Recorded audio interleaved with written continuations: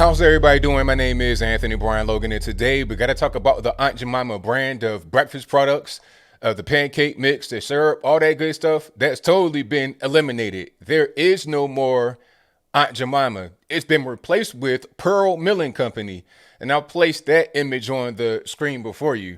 Now, it does maintain the color and a similar look to Aunt Jemima, but it's not Aunt Jemima at all. It's Pearl Milling Company, and the story behind that is there was a company called R.T. Davis Milling Company in St. Joseph, Missouri, which is not far from Kansas City, Missouri.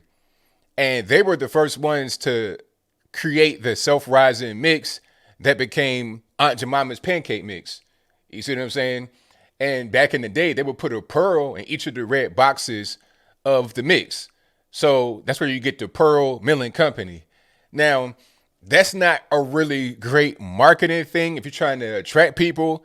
I mean, I guess it's a cool story, but it's not really a good marketing thing. But getting away from that, this was totally predictable, completely predictable, and ridiculous. Okay, let's go back to last year.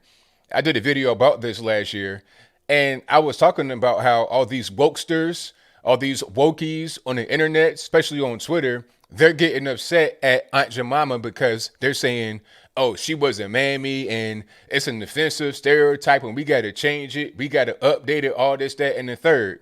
Now, there were some images, and we're going to go through them here. Now, I understand the problem with this one right here. Okay, I get it. You see some of this, the little dolls and whatnot, and how they had her dressed and whatnot. But understand, Aunt Jemima debuted in 1889. The country was much different back then. I'm not saying it's okay, but just understand what's going on. This was the original image. Now, this was a real person, too, if I'm not mistaken, Nancy Green. Okay, they hired actual black women to be the corporate models. I think that she had a lifetime contract, but ultimately she did like 20 years as the model of Aunt Jemima. So this is a real person, first of all. But I do understand why they want to update it. Just like anything else, you want to update. Okay, the Brawny Man got updated too. Okay, this was the original Brawny Man, or at least an earlier version of the Brawny Man on the paper towels. So you see kind of the creepy mustache, all this, that, and the third, and the pure white that's racist. And here's the new one. All right, it's updated, but it's still similar. You see the Brawny, and it has like the same type of feel to it, but it's updated. The graphics look better, and it's just more modern. I'm not really sure why the face is cut off like that, but you could see a more updated image. Okay, so it just kind of makes sense. But getting back to Aunt Jemima, this was another update. Okay, from the one you saw just now, from this one, they went to this one. Now, this one, I get it. Okay, we still not quite there. We're not quite there, but we're getting better. All right, we're getting better. We don't have the crazy dolls and all that kind of stuff. All right, I get it. So every few years, there have been people that say, you know what, we need to update Aunt Jemima. This is a racist trope. We can't have this. This is not 1889. This is 1930 or 1950 or 1970 or 1980. It was updated quite a few times over the years. So I get it. Here is the most recent version of Aunt Jemima that we all probably know of right now. Now, what's the problem with this? Okay, I don't understand. Okay, some of the earlier ones, okay, maybe. But this one, this is the one that is, or was at least, on the shelves recently that people were offended by. Now, why are you offended? Okay, what I see right here is a nicely dressed older black woman, like a lunch lady, your auntie, your grandma, somebody like that. Okay, she has nice, perfectly straight teeth. I see no exaggerated features. I'm seeing red lipstick, the pearl earrings, the wig, salt and pepper.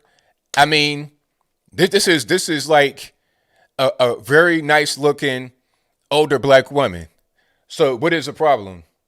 Oh, see, now the problem is the name. Okay, we're talking about Aunt Jemima. So the whole thing about aunt, they say that comes from when you had black servants in the house that would be serving in a white family, and the kids and everybody in the house would refer to the black servant as auntie or uncle. We'll get to that in a minute. And Jemima is a name that came from a minstrel song. So Aunt Jemima, the whole name is racist, the image is racist, everything is racist. So PepsiCo, the people that actually own the brand, they're probably like, you know what? Rather than dealing with that, rather than dealing with the aunt part being racist, the Jemima part being racist, and the image being racist in the eyes of a few minority but very loud people, not minority as far as race, but minority as far as number. Rather than dealing with that, you know what we're gonna do? We're just gonna go ahead and just kill the whole thing. Okay.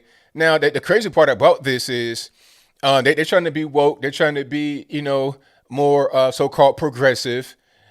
But the majority of people that probably buy this product are black.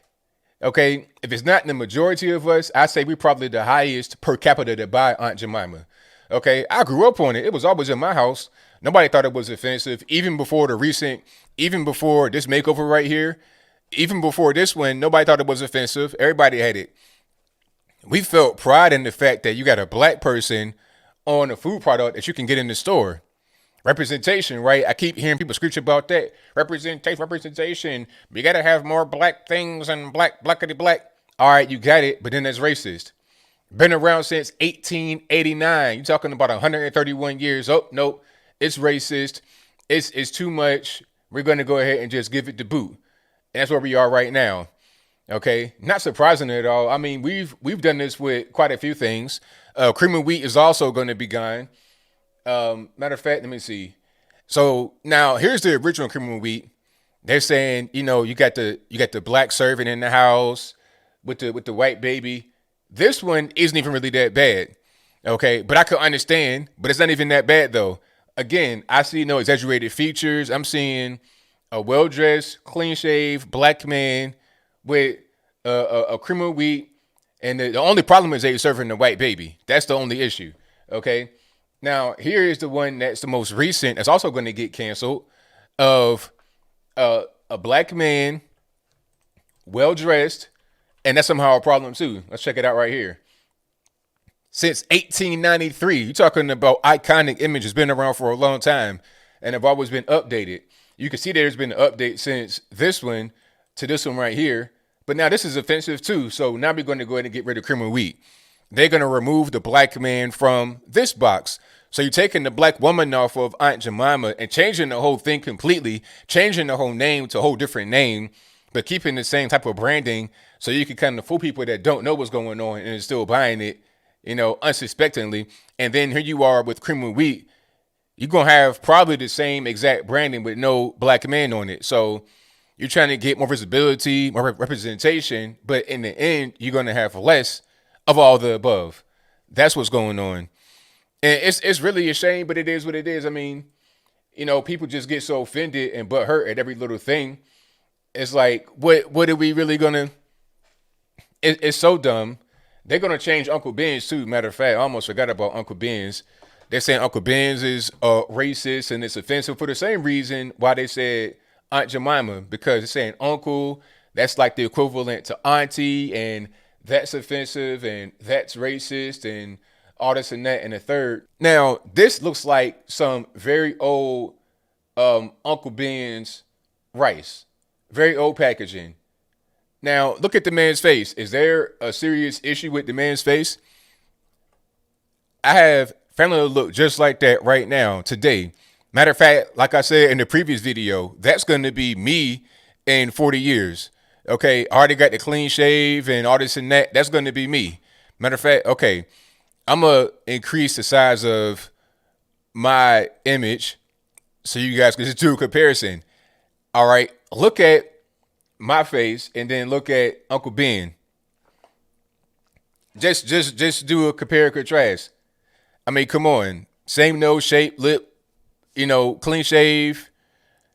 I mean, and I got a bow tie and a suit right now in my closet. Right now, I could be in for Halloween.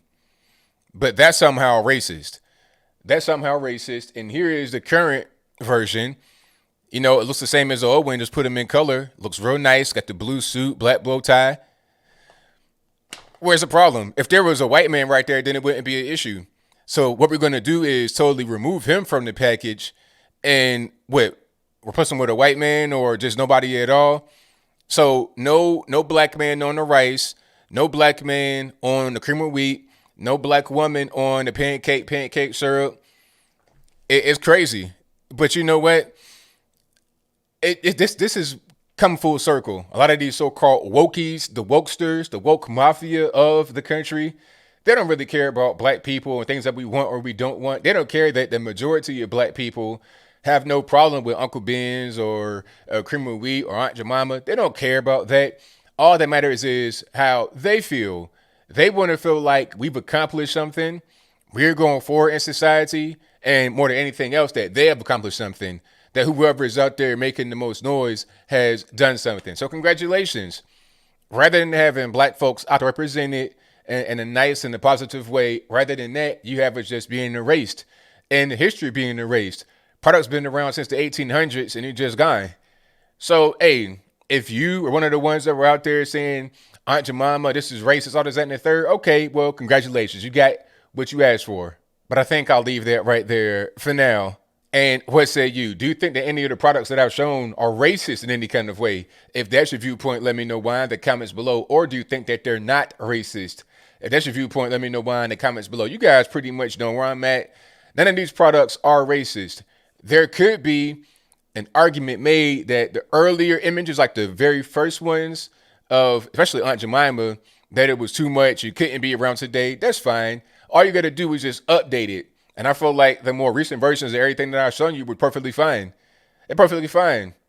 You know, they've been updated many times throughout the years, especially Aunt Jemima. Everything looks fine. No exaggerated features. Nothing is offensive. So what is the problem? The only way that PepsiCo, which owns Aunt Jemima, could have solved this issue is to eliminate Aunt Jemima, period. And that's exactly what they did.